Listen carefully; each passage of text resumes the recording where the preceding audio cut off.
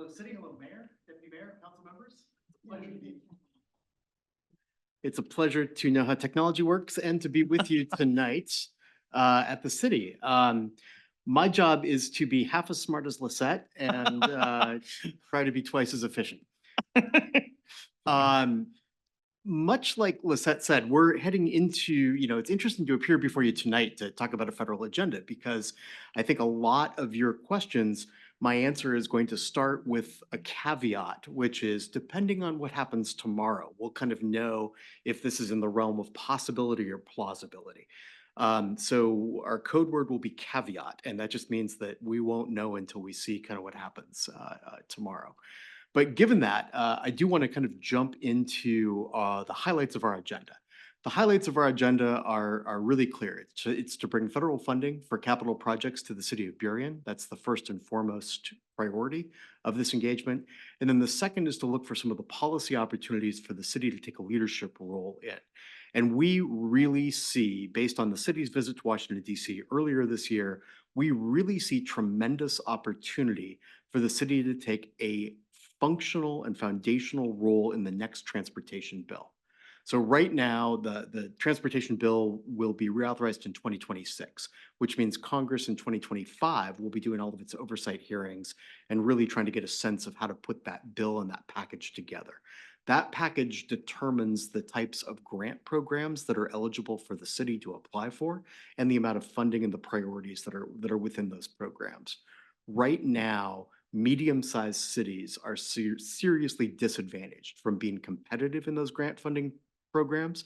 And we'd like to see more set aside so that you're competing with your peer communities in the state of Washington and in the country and not major metropolitan areas. And with that, I'll take questions. Okay, thank you, Jake.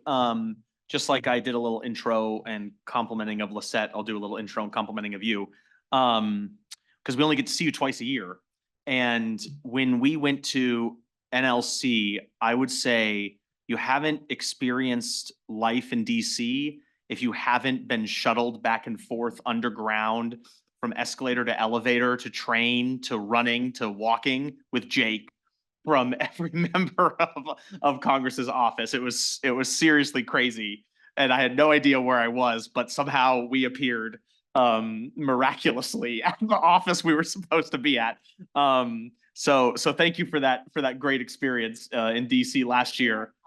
It was sort of like Hogwarts. Like we went from one office down an elevator into an escalator, underground, above ground, just appeared in different offices. So it's amazing, and so you were super effective and efficient, and I appreciate that, especially when in DC it's a little bit different than the legislature because it's a little calmer at the legislature, but in DC, you could be meeting for 5 minutes in the hallway with a member of Congress, or you could be asked to come and sit down in their couch for 30 minutes or whatever. You just don't really know. So kudos for, and that was your first year as our lobbyist too. So thank you for that great introduction. I know there are multiple of us who are going to be planning on coming back to National League of Cities, Congressional Cities Conference this year. So we'll be excited to scoot around Congress with you again. It's already on the calendar, Mayor. Okay, great. Awesome. So who would like to start with questions, concerns, compliments for Jake on our federal requests? A lot of this is going to be similar to what it was last year, but go ahead, Councilmember Akey. I'll go. Yes, that was a lot of fun last year. Thank you very much. I learned so much, and it gave a whole new meaning to me of halls of Congress. So that was great. I've read through this proposed federal agenda, which is very detailed and a lot of the things that I expected to see. And so I didn't have a whole lot on that, except I think I just wanted to highlight a couple of things. We've been going through a lot with the airport. I think that will always be an issue for Burien, is anything that's going on that transportation piece of it. This airport's a big deal here. So, and I mean, there's talk about like other airports and expansion of, more runways at SeaTac. And I mean, just a lot of things that can directly impact our community in addition to the environmental impacts, and pollution impacts and things like that. I mentioned before about funding of our own police department one day. I really think that there might be some opportunities for that kind of funding in the future, federally and maybe otherwise. So I'm keeping that out there. And I think, a lot of the issues that you had in there, regarding housing support, and transportation in general, we've got that 509 expansion going on here, but there's other like transportation issues that I think are gonna come up more, especially as we're talking about this 20-year plan that we just put into place, and the housing needs that we have for that, I think are really going to cause ongoing issues for us in the future. So those are some of my comments. Thank you. Other council members? Councilmember Moore? Thank you. I agree. Going to DC with you and getting to see things that we had put on our priorities and then go talk about the things that we talked about or that we said we were going to do and then we went and did it. It really closed a whole lot of loops for how how cities communicate with their leadership at state and federal levels. It was very empowering, but and also very educational and very confusing geographically, getting whisked around. Sensing a theme. Okay. Yeah.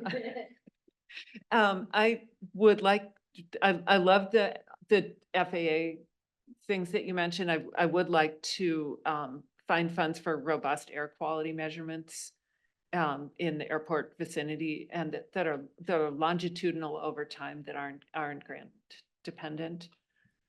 That's something I think that in order to demonstrate air quality issues, it just has to be, it can't be 5 years and then stop. It has to be ongoing. And I just really wanted to commend the climate policies that you brought up, a national climate action plan in particular. And then under that word, just really concrete changes like the culvert replacement and the stormwater retrofitting. I just wanted to say I really appreciated seeing those in there. Thank you. Thank you. Thank you. Other council members? Councilor Ahmad. For me, again, it would be workforce development. I think pre-apprenticeship training, also fighting payroll fraud. I think that that's a big deal when you have legitimate companies paying their fair share of taxes, and then you have the underground economy, people committing payroll fraud. As a company, I see this quite a bit, where people are working cash under the table and not a fair amount of taxes are being paid throughout business in general. Also, trade. I think that's concerning to me right now.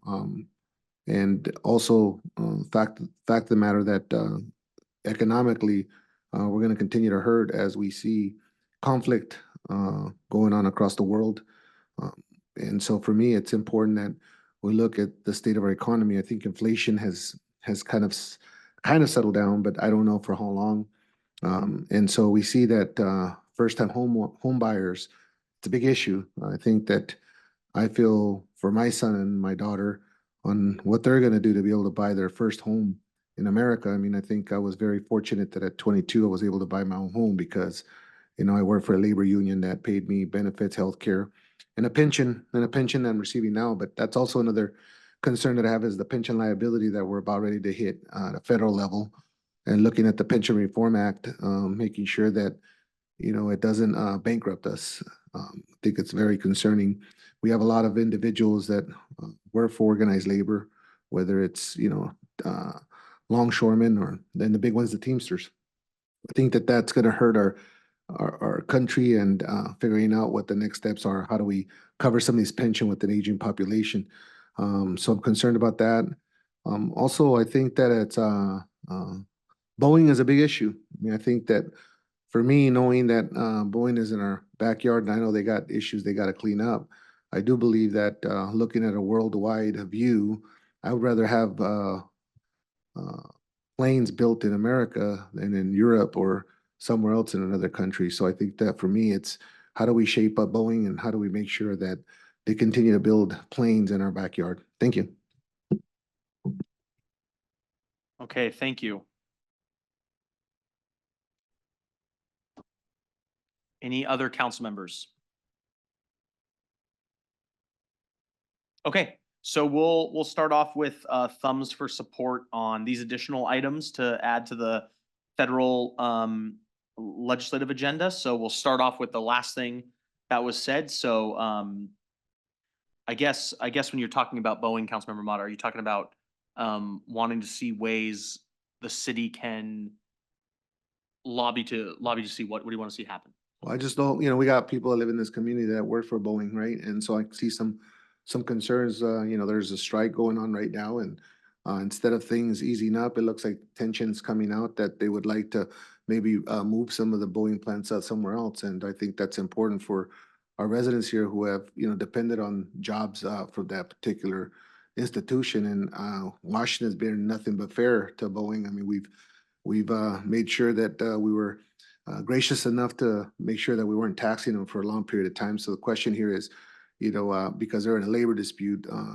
now the CEO is throwing a temper tantrum. And so the question here is, we've been here, you've been in our backyard, we've supported you as a state and as a taxpayer. And so I think it's important that we continue to have that conversation, making sure that we continue to have Boeing here in Washington and figure out where we're at with negotiations there. Okay, just because I know they're taking their vote tonight, would we be able to hold off on discussing that potentially for the next meeting? Sure. Okay, just because any minute now they could literally tell us what they decided to vote on there. So let's have that be next. I was just gonna say I wasn't gonna take the temper tantrum back. Okay, that's fine. That's fine. That's fine. But they're literally about to vote in like could be any minute. So let's wait on that one. Then we'll go to support for first time home buying. So is there support for us to, yes, there is. Okay, so anything that has to do with expanding Thumbs up. first time home buying opportunities and down payment assistance and things like that, we'd be in support of. Taking on underground economy type stuff, payroll fraud, things like that. Is there thumbs up for us to kind of support federal legislation? Thumbs You up. have a majority of thumbs on that. So if there's any federal legislation that comes in or anything that has to do with the payroll fraud and tackling the underground economy, we'd be supportive of that. Okay, police funding and grants for monies to potentially start our own police department, for thumbs up for that. There are thumbs up for that. And then anything to do, again, continuing with airport noise and mitigation, but also noise and mitigation around the 509 extension. There's thumbs up for that. There's thumbs up for that too, Jake. Thumbs up. Typing furiously, Mayor. Yes, you're doing a great job. I can see it. The flames are coming off that keyboard. Okay. All right. That's it from us. For you, Jake. Great. Thank you, City. It's a pleasure to work with you. And one last note maybe before I go. I've really had the pleasure of getting to know the department directors that you have here at the city. We've been working kind of extensively throughout the summer to really analyze, the city's capital budgets and kind of what's on our dream list and what's on our need to do list, and really trying to create a match between what the city's plans are and what the federal funding opportunities are to draw, really strong connections between them. And I just wanted to say to council how much I really value the city staff and the department directors that have really engaged in that effort. It helps me help the city so much better. And I've been really impressed by the quality of the team you have here. Thank you very much. We appreciate Yep. hearing that. Thank you. Thanks.